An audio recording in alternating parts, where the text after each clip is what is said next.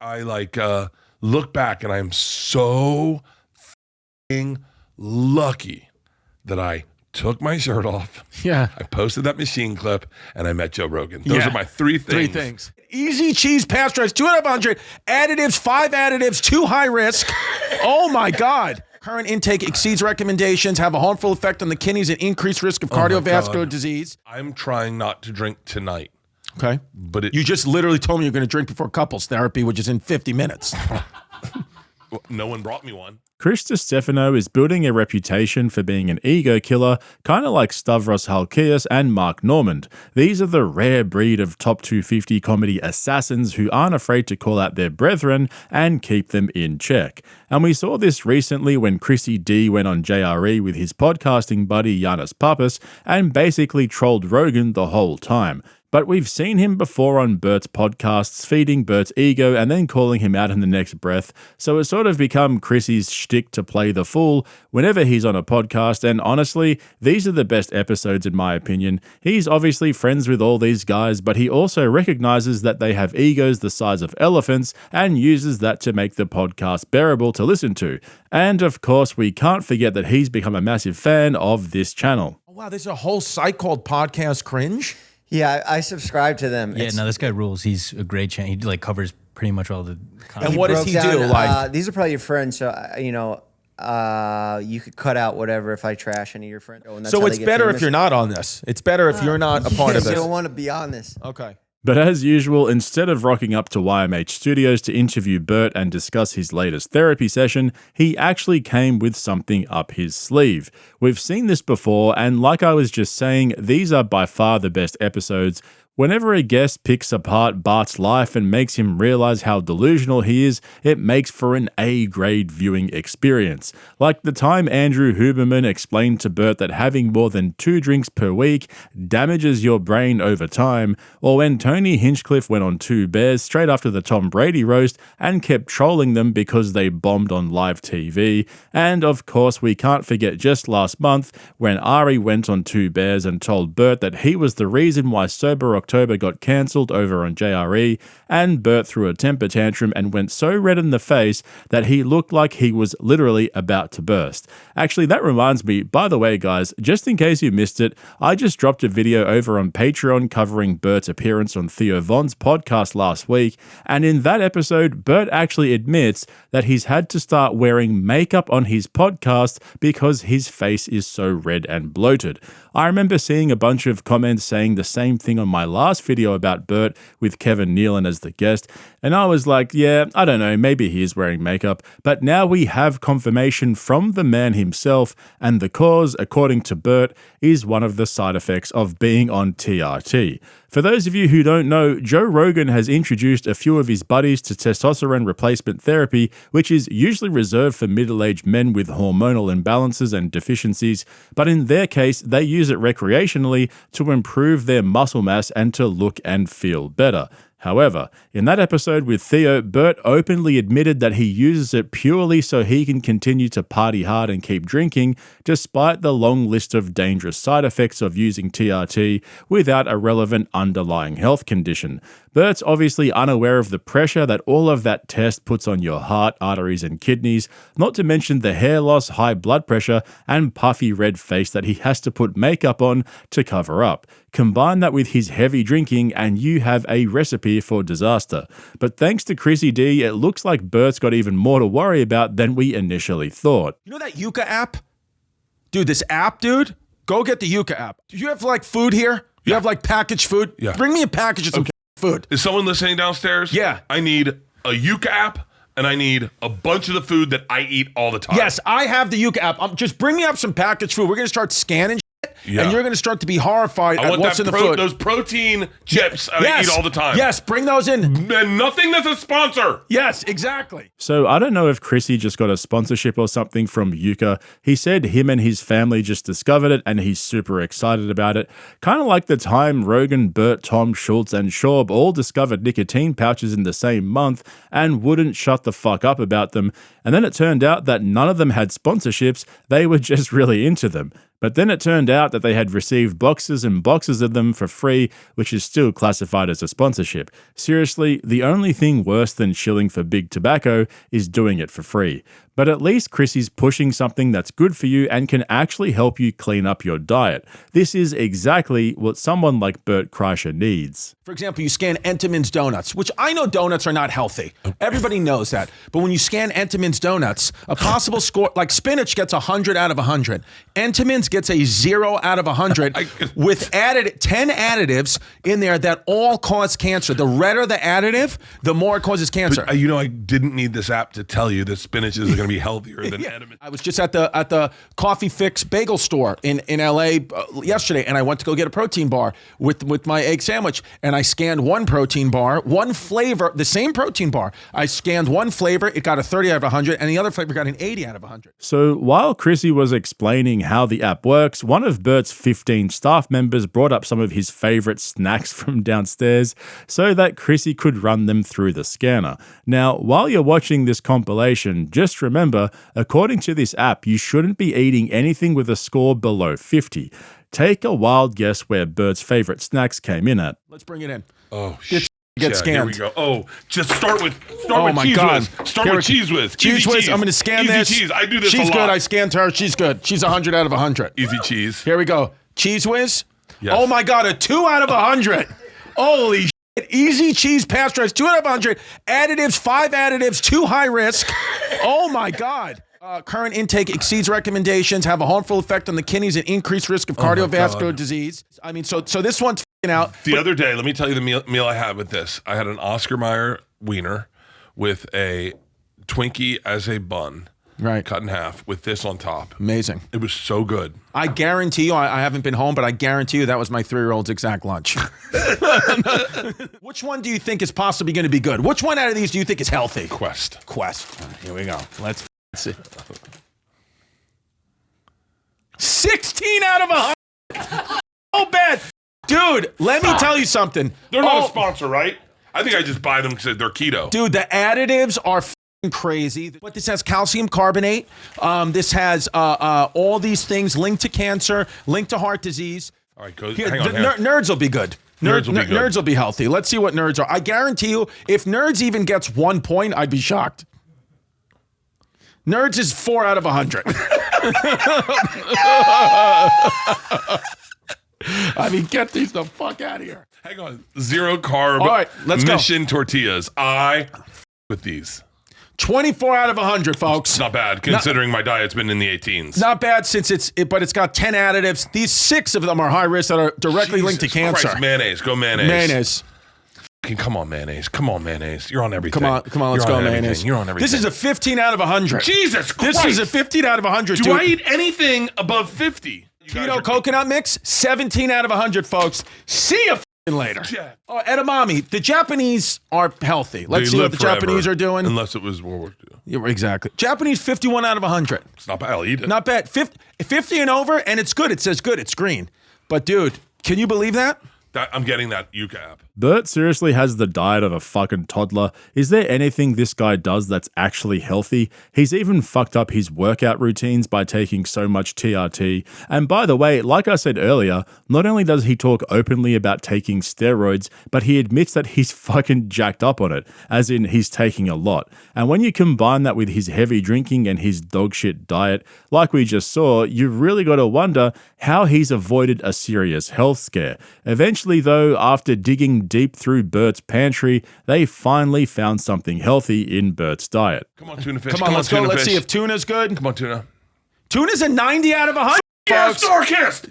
Yeah, Starkist! Absolutely. Promo code StarKist. Starkist just sent me so much tuna. Tuna's They good. sent me a box of this Yep. because of the Matthew McConaughey interview. Yep. Okay, hang on. So, the one healthy thing in Bert's pantry is something that can literally poison you in high doses, and by the sounds of things, he's about to binge on that shit. If the alcohol, steroids, and bad diet doesn't kill him, then maybe the mercury poisoning will. I'm going to get in this. I'm going through my whole thing. Dude, you get the Yuka app, and I'm telling you, but the only thing, don't scan alcohol.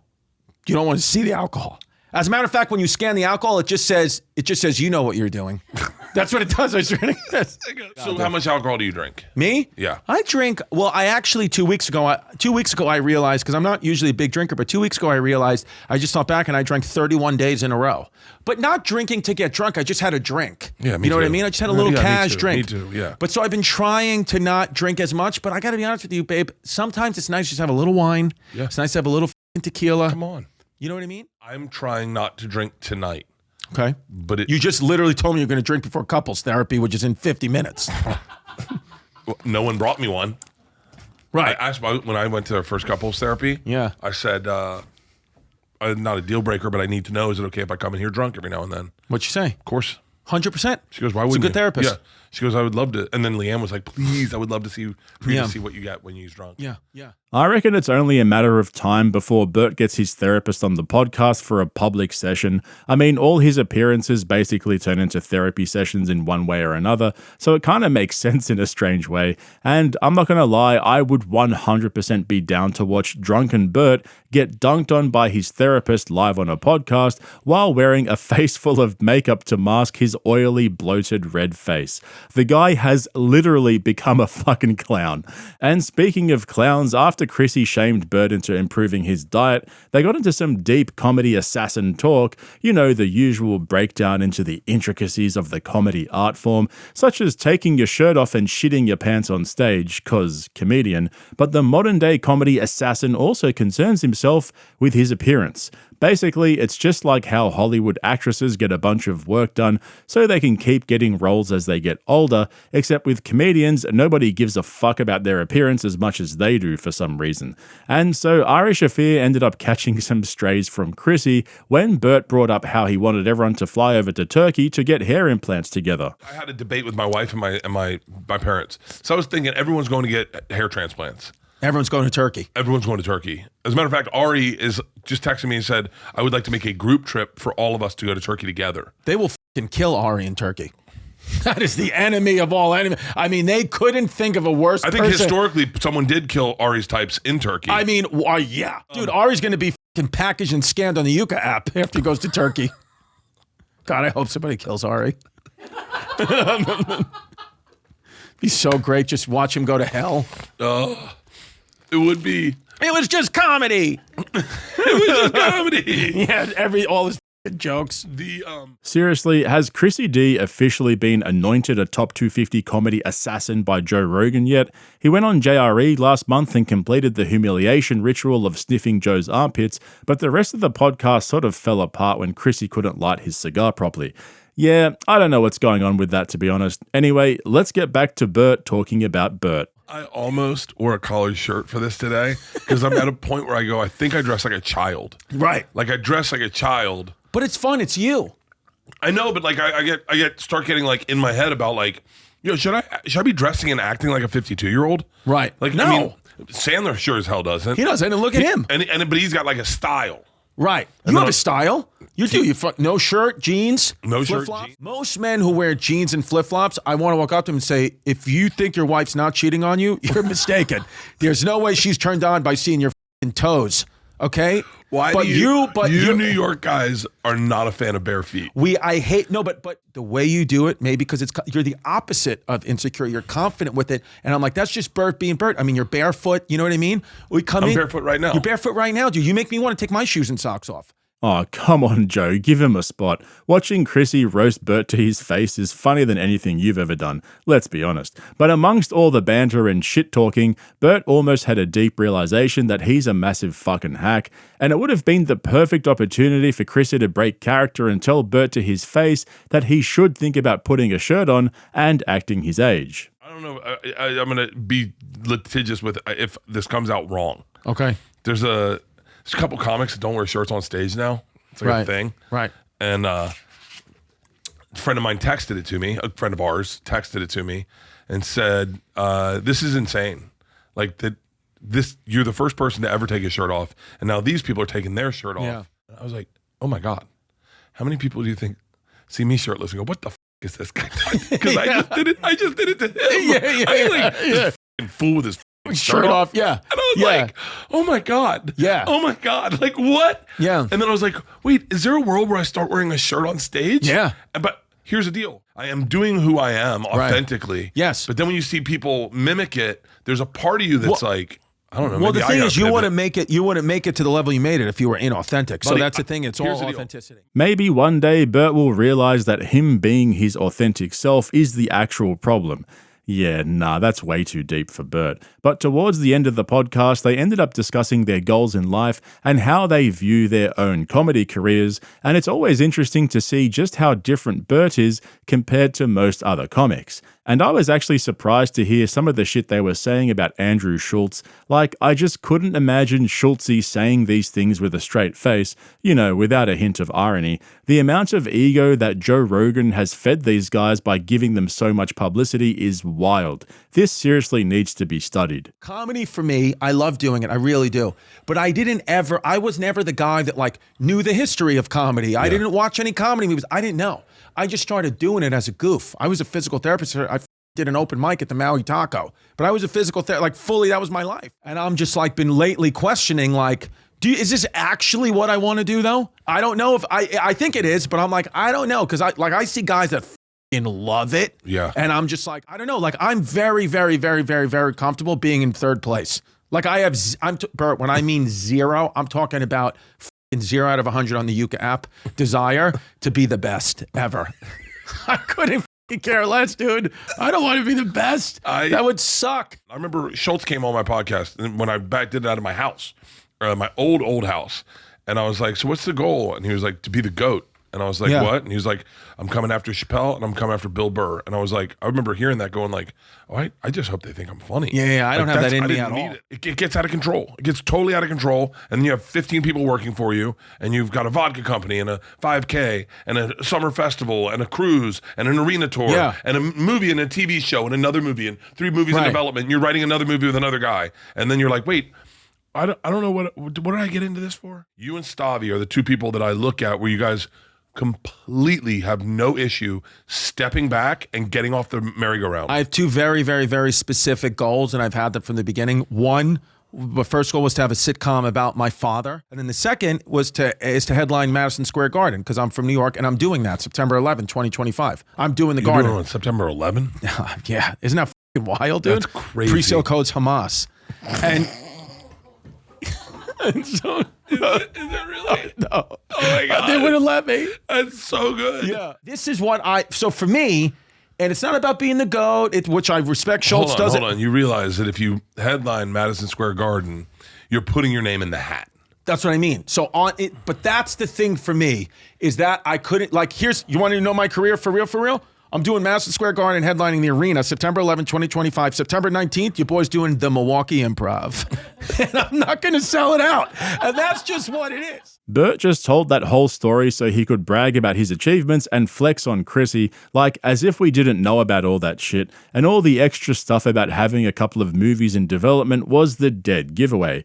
Who the fuck is honestly greenlighting another Bert Kreischer movie after the epic failure of the Machine movie? But there's something I've noticed when Bert talks about the younger comics who are rising up now, and it's the way he talks about Shane Gillis. Seriously, every time someone mentions his name, in the next sentence or two, Bert reminds us all that he knew Shane when he wasn't famous, and he helped him to come up by giving him exposure on his tour.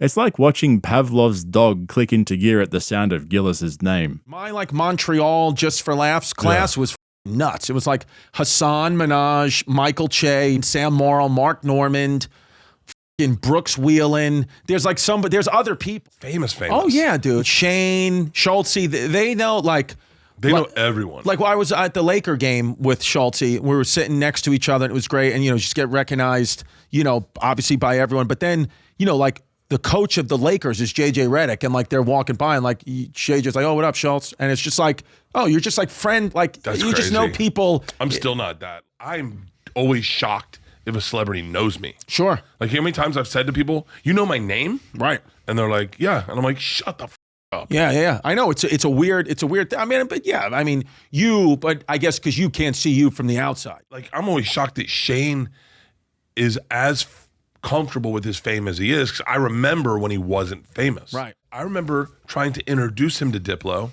and he was like, no, just don't. He was so uncomfortable. Last week, I see a picture with him, Guy Fieri, and Diplo. Yeah. And I was like, oh. Just hanging out. Yeah, and he's like totally casual. Sure, because but he's remained who he is, which that's Yeah. what I love about it. You want to talk about penises? You ever seen Diplo's dick? Okay, fuck, let's cut it right there. But did you see how Bert brought up that story about Shane just to remind everyone that he's just as famous as Gillis is because now he's hanging out with the same people that Bert knows. Bert's definitely feeling his age now. I mean, he's not even that old, but compared to guys like Chrissy, Shane, and Mark Normand, he's almost 20 years their senior. And don't forget, Bert's only been famous for the last 10 years or so, probably not even that. So he's seeing these younger guys coming up in their mid to late 30s, and it's obviously bothering him that it took him so long to get there, and it might be over soon. But man, I look back and I am so f***ing lucky that I took my shirt off. Yeah. I posted that machine clip and I met Joe Rogan. Those Yeah. are my three things. Three things. Like if I didn't post a machine, no, I'd just be like a regular guy that did Rogan a couple You'd times. be dead in St. Louis. Yeah. You'd be shirtless, dead in St. Louis. Yeah, it's crazy to hear Bert say that out loud without realizing the irony of how much he brags about his fame and fortune, knowing that he was propped up by the rise of social media and all the exposure from dozens of appearances on Rogan's podcast. But it looks like the newer breed of comedy assassins seem to be more self-aware and willing to accept they're not God's gift to the earth. Just in case you didn't know though, Bert's new comedy special called Lucky comes out on March 18th, so I'll probably end up doing a review over on Patreon, as well as for Andrew Schultz's latest comedy special, which drops on Netflix today, I think. Bert's actually taking the summer off though from touring for the first time in years, and he mentioned on Theo's podcast how he was starting to feel depressed once he realized he was just going to be sitting around every day while all the other comics he knows were out there on tour doing their thing. So I'm sensing that he's starting to burn out after all these years of partying hard and touring around the world, in addition to his podcasting commitments and all the businesses he's involved in.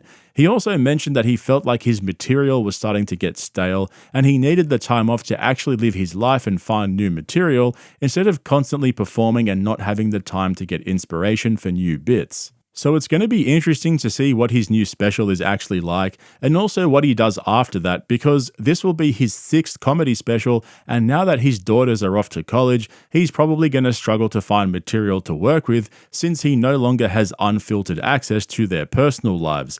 Anyway, make sure you check out the links below or just head straight over to podcastcringe.com and check out all my latest merch designs. Otherwise, sign up to my Patreon via the link in the description for my longer form uncensored content. And don't forget to like this video and subscribe to my channel on YouTube while you're here.